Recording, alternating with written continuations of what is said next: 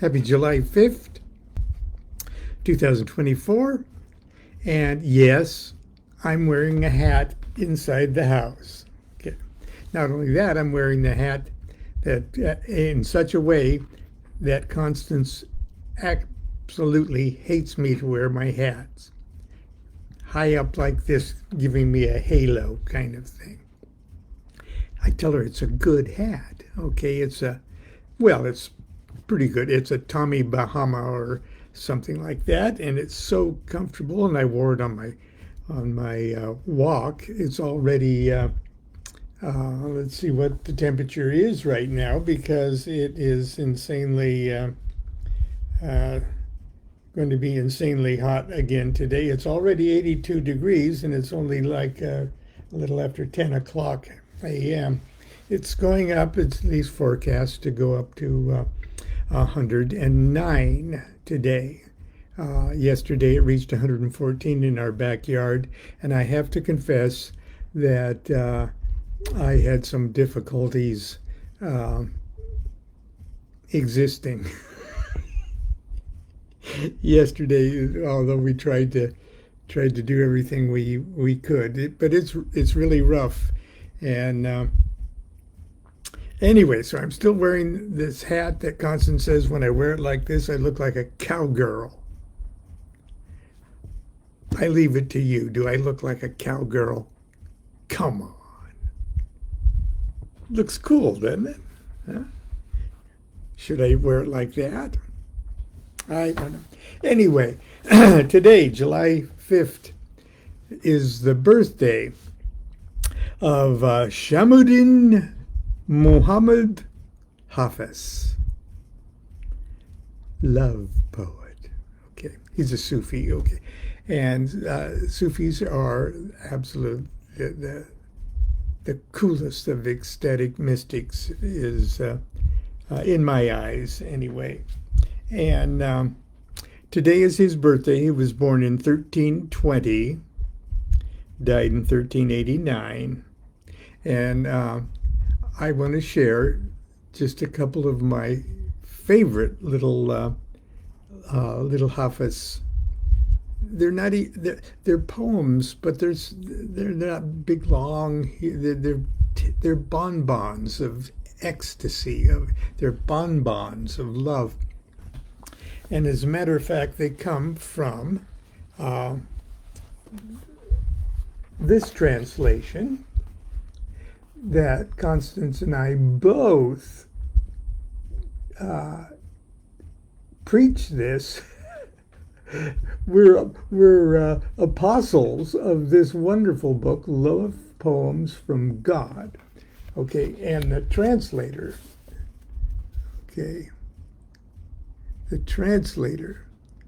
Daniel Ladinsky,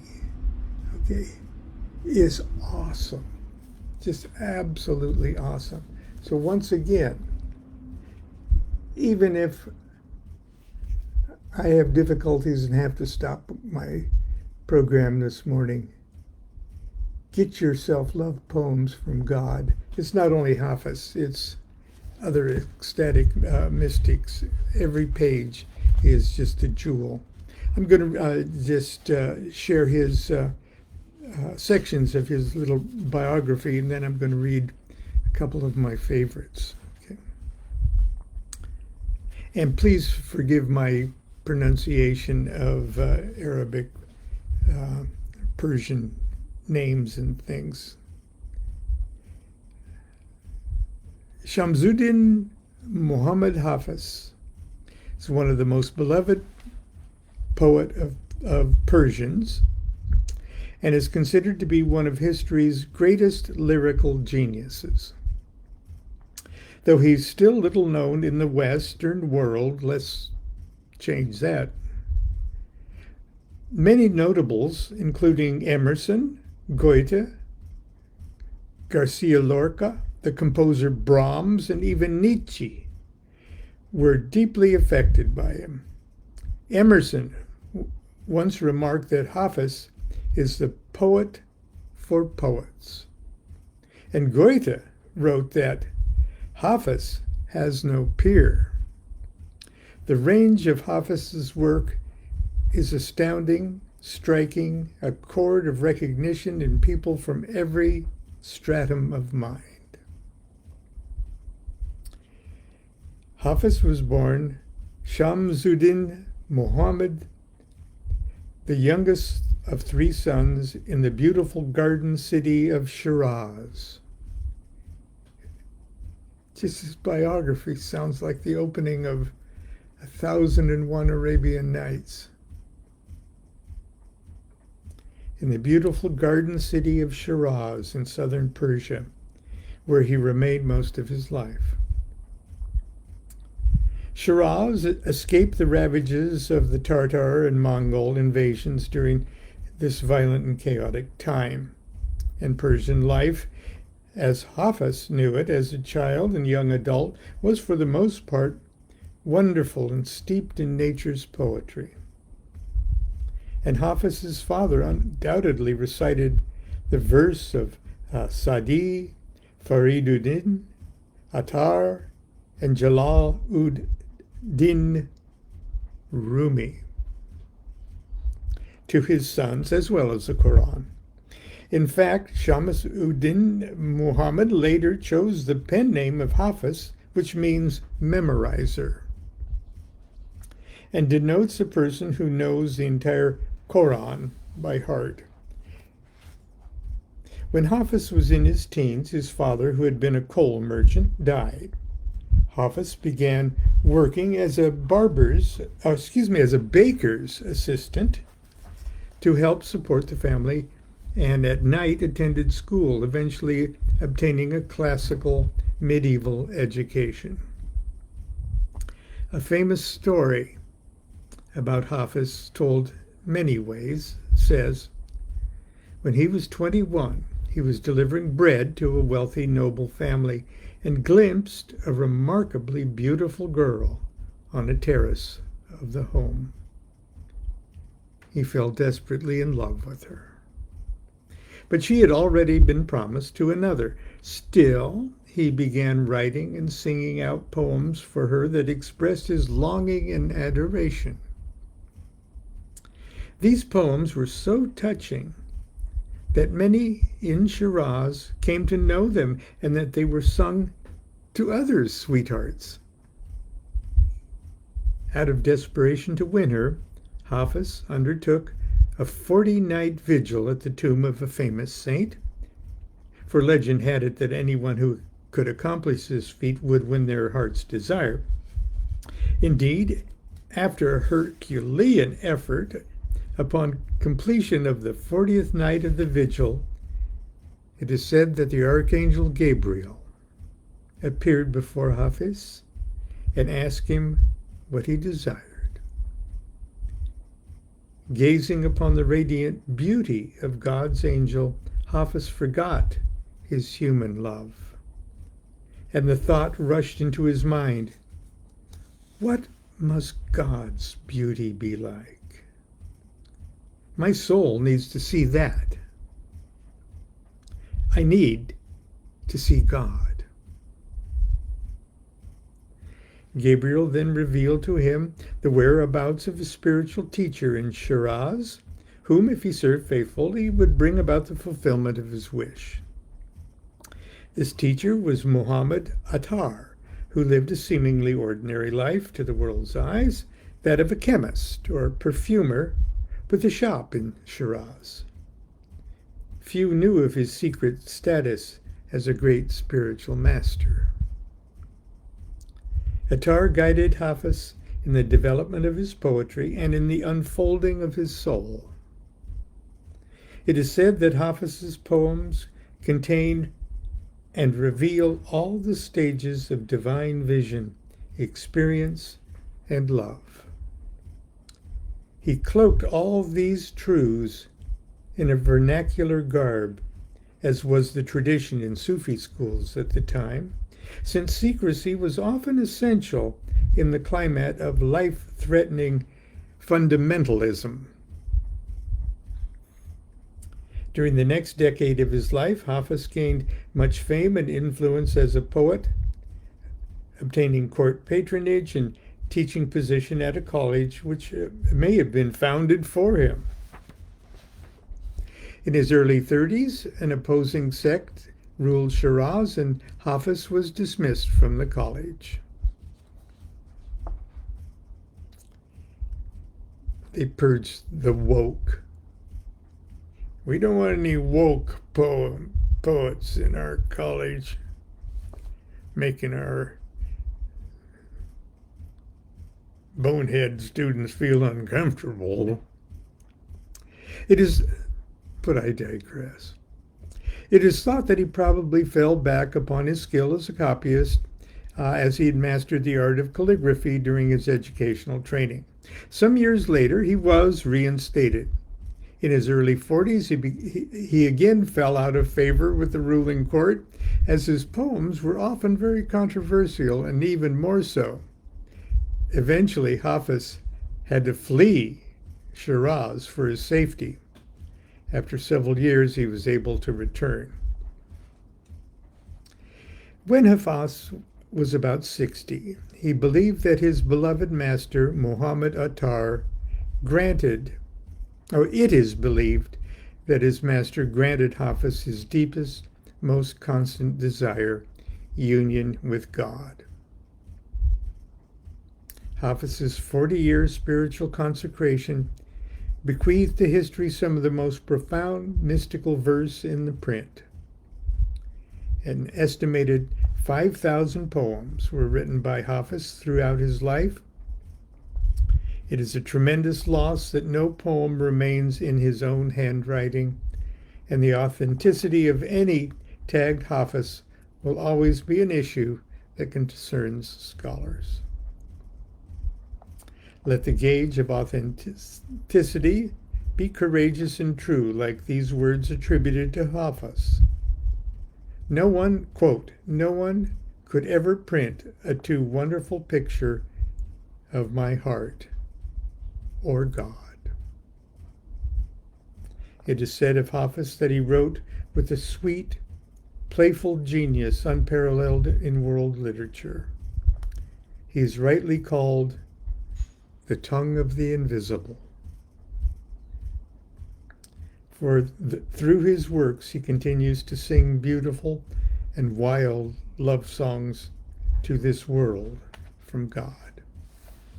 That is Daniel Ladinsky's little introduction to his translation of various poets, but his introduction to those of Hafiz.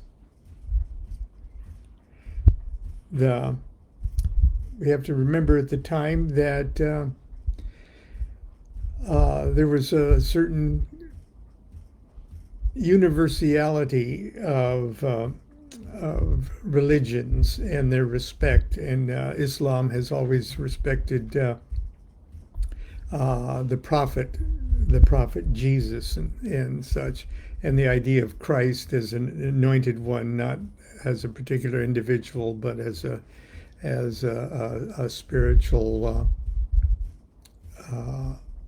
presence in each of us.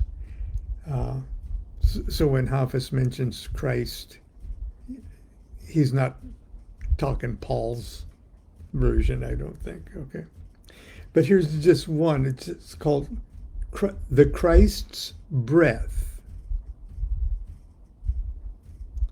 I am a hole in a flute, that the Christ's breath moves through. Listen to this music.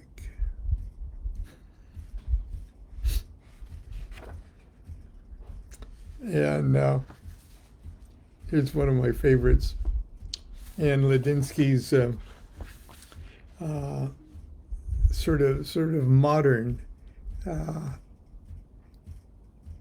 translation. I won't say he's translating into modern lingo, but exposing how Hafiz's modern lingo at the time would be heard now.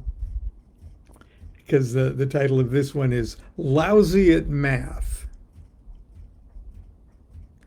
Once a group of thieves stole a rare diamond larger than 2 goose eggs. Its value could have easily brought 3,000 horses, 3,000 acres of the most fertile land in Shiraz. The thieves got drunk that night to celebrate their great haul, but during the course of the evening, the effects of liquor and their mistrust of each other grew to such an extent they decided to divide the stone into pieces.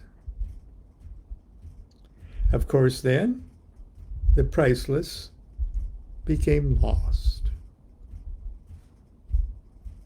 Most everyone is lousy at math and does that to God.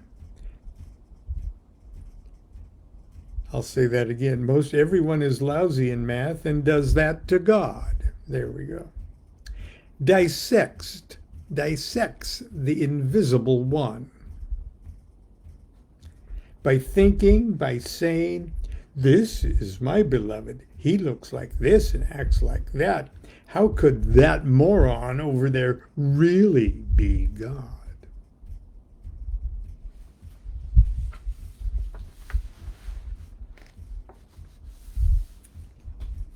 This one's called If God Invited You to a Party.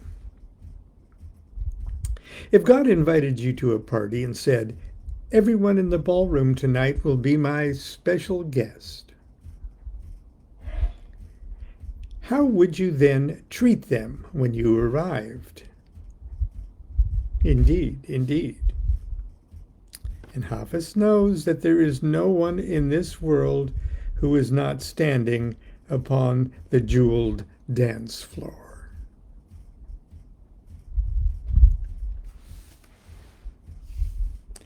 And I'll end with this one. I have come into this world to see this. I have come into this world to see this. The sword drop from men's hands at the height of their arc of anger. Because we have realized there is just one flesh to wound, and it is his, the Christ's, our beloved's. I have come into the world to see this. All creatures hold hands as we pass through this miraculous existence we share on the way to an even greater being of soul. A being of just ecstatic light, forever entwined and at play with him. I have come into this world to hear this. Every song of the earth has sung since it was conceived in the divine's womb and began spinning from his wish.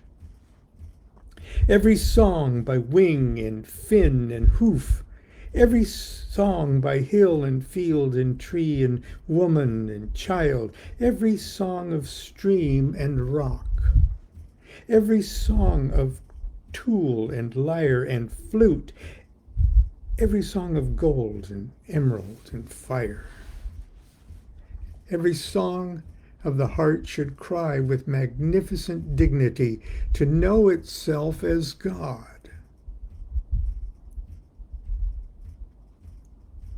For all of their knowledge will leave us again in want and aching, only imbibing the glorious Sun, S-U-N. Only imbibing the glorious Sun will complete us. I have come into the world to experience this. Men so true to love they would rather die before speaking an unkind word. Men so true their lives are his covenant, the promise of hope. I have come into this world to see this, the sword drop from men's hand even at the height of their arc of rage, because we have finally realized there is just one flesh we can wound.